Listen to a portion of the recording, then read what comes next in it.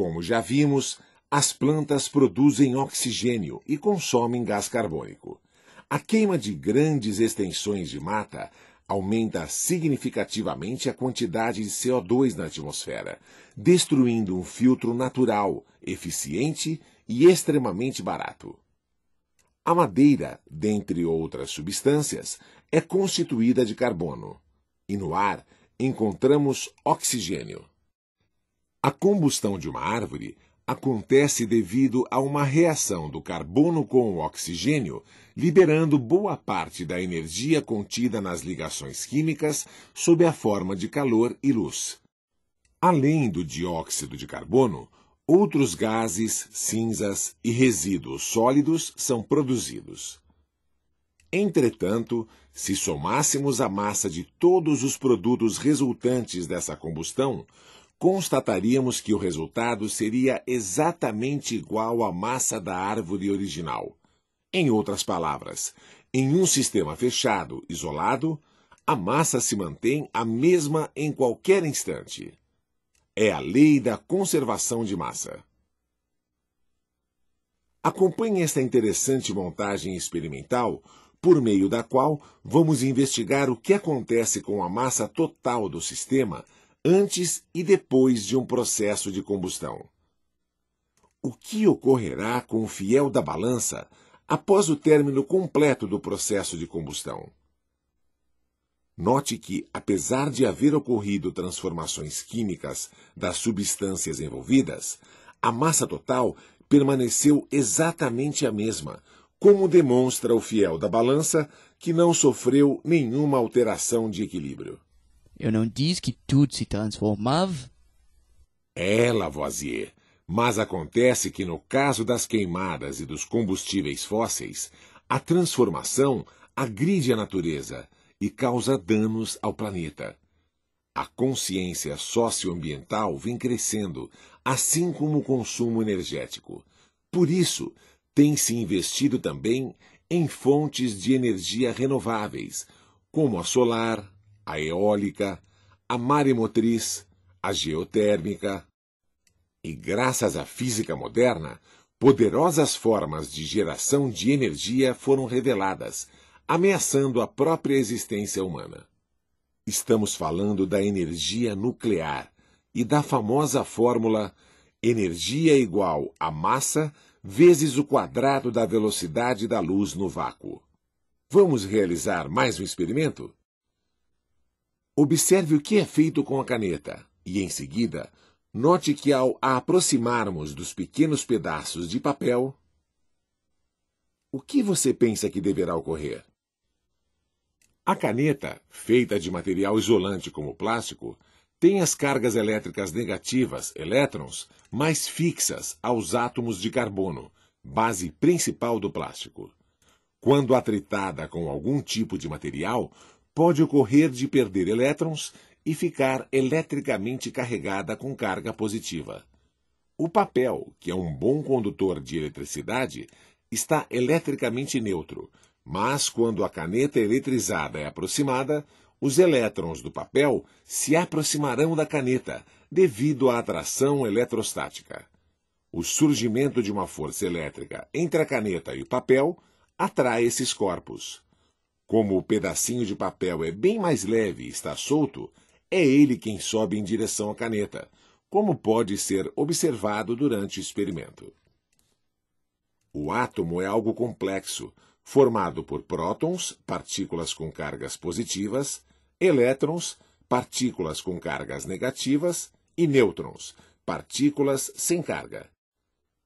O átomo é normalmente neutro, pois possui a mesma quantidade de prótons e elétrons.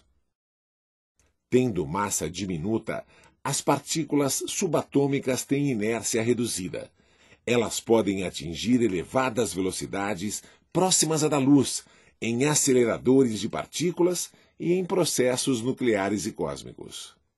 Com isso, uma massa pequeníssima pode ser convertida em grande quantidade de energia, de acordo com a expressão E igual a mc2, proposta por Albert Einstein em 1905. Ela mostra que massa e energia são equivalentes, como provam o Sol, as estrelas e os artefatos nucleares. Energia e matéria são inseparáveis. Outra grandeza física que também é conservada é a quantidade de movimento.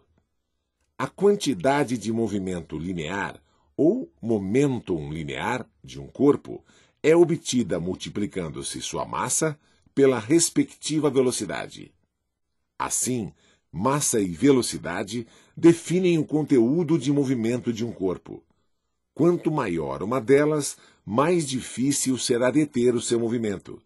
Isso explica por que é mais fácil parar um carrinho de brinquedo do que um trem em marcha.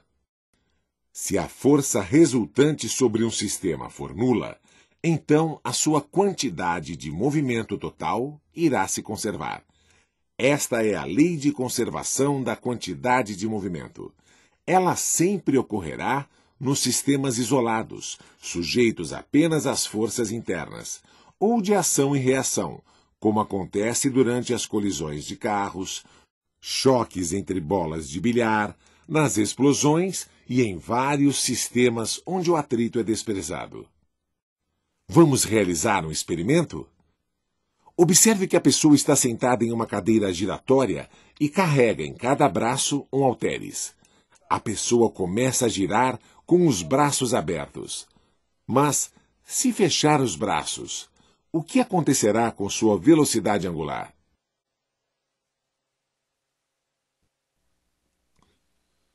A conservação do momento angular justifica a existência da hélice secundária na cauda dos helicópteros. Sem ela, o helicóptero giraria em sentido contrário ao da hélice principal. A segunda hélice anula a quantidade de movimento angular produzida pela hélice maior, dando estabilidade à aeronave. Também é graças ao momento angular que conseguimos nos equilibrar facilmente em uma bicicleta em movimento, mas não quando ela está parada. O momento angular é uma grandeza física extremamente importante no estudo da rotação de um corpo ou de sistema de corpos. L é um vetor colinear com ômega, mas que contém informação adicional sobre a massa do corpo e a distância a qual o corpo se encontra do centro da trajetória circular. O momento angular é a quantidade física que mais informação fornece sobre a rotação de um corpo ou sistema de corpos. A Terra e os planetas também mantêm seu movimento graças à conservação do movimento angular. Ela também é responsável pela forma das galáxias. Ah, física! Todas as coisas no universo, das mais extraordinárias às mais simples, são feitas de mistério, fascinação e poder. Quanto mais o conhecemos, mais nos maravilhamos. Como bem observou o cientista e escritor americano Carl Sagan, se você quiser fazer uma torta de maçã a partir do zero, você deve primeiramente criar o universo.